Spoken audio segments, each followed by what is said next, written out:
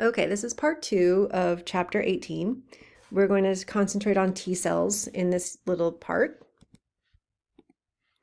So T cells, we've talked about how they do need to recognize the MHC class 1 or MHC class 2. So this is their T cell receptor. The T cell receptor spans the cytoplasmic membrane and projects variable binding regions onto the extracellular space, right? So again, very similar to antibodies, right? Oops, sorry. We're going to have an antigen binding site. So this is the area where the T cells say, hey, that epitope, right? Remember we saw the epitope bound with the MHC complex. That epitope is going to be bound, recognized by this antigen binding site. And then it also has regions that detect the MHC, right? So the T cell receptor, TCR, requires that the antigen is processed and associated with either of these. So let's talk about CD.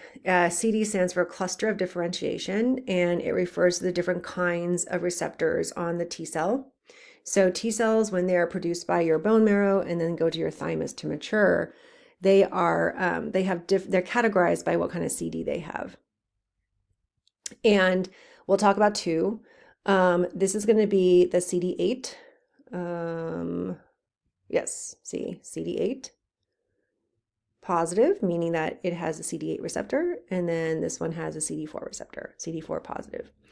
Turns out that those two receptors require different things to get activated. So we can see here, all nucleated cells, remember all nucleated cells contained MHC class 1, right? So anything, like any cell in your body, when it gets infected with a virus, or if it starts to become cancerous, right, it can change and modify the MHC class 1.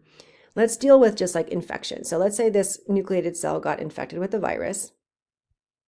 This cell, it doesn't have to be an immune cell to do this, right? So any one of your cells can actually process the antigen, put a piece of that antigen, of the pathogen that comes in, onto the surface with the MHC class 1.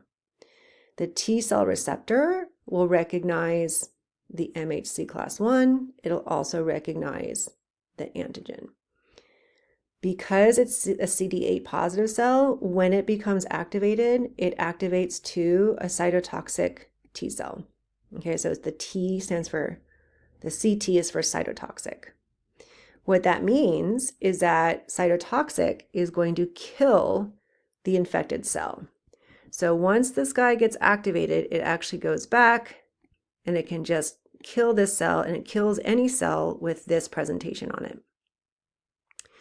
This is great because any body cell that has infected with virus can get killed. All right. And remember how natural killer cells killed? They had granzymes and perforin to punch a hole, then granzymes went in to produce apoptosis. This is exactly how the cytotoxic T cells get killed. All right, so this is pretty straightforward. Any one of our cells, all of them have MHC class 1. Any of our cells can process antigen, put it on the surface with our MHC class 1.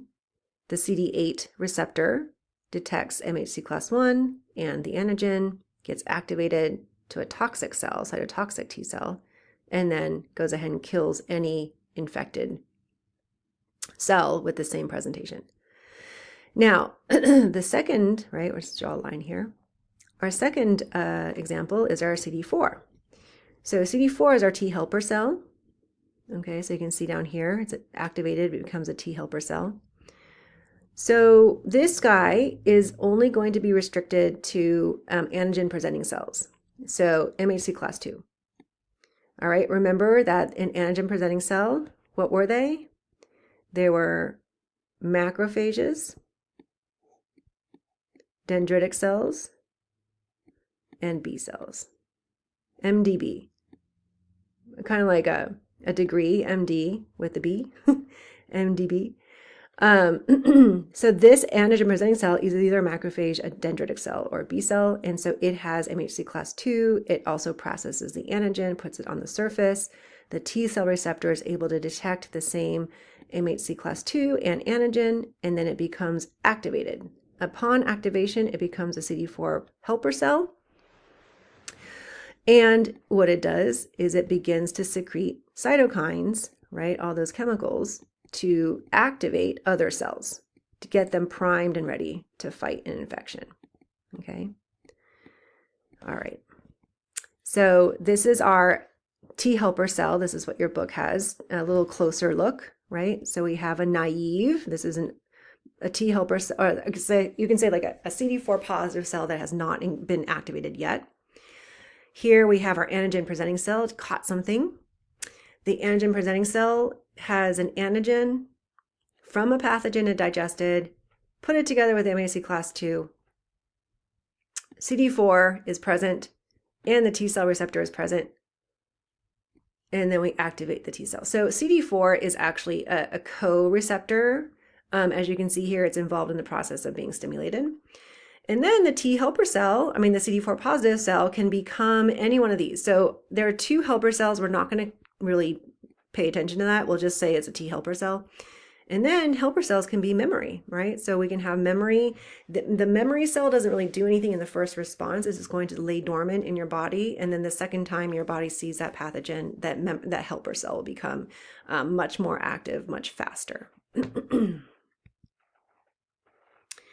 The function, just because I didn't have a picture of the function, right? So here's our helper cell. We can see that memory cells are made, and then the effector cells, like what actually does something, it's all about interleukins, it's all about cytokines, it's all about alerting the other parts of the immune system. And so you can see that it alerts the non-specific immune response, it alerts other T cells, and it alerts your B cells. So every part of your immune system, the T helper cell helps to stimulate them. Let's look at activation of a cytotoxic T cell. Okay, so this is review. We talked about this already. So we have MHC class I. We have any cell in your body that has a nucleus. Maybe it's infected with a virus. It will process those little bits, put it up on the surface with MHC class I. Now this one is going to be a CD8 positive. Okay, co-receptor. Here's our little T cell receptor that recognizes our MHC and antigen. And now we're activated. Since it had CD8, it becomes a cytotoxic T cell. And look what it's doing, right? It's the same thing that natural killer cells do. It's going to secrete perforins. That's going to punch holes and pores into the cell. And then those granzymes are going to come in and they're going to produce apoptosis. So you can see those blebbing, the little rounded bubbles that your cell will usually break down into when it's undergoing apoptosis. That is what we're going to see for destruction. Okay. All right, and that was the T cell.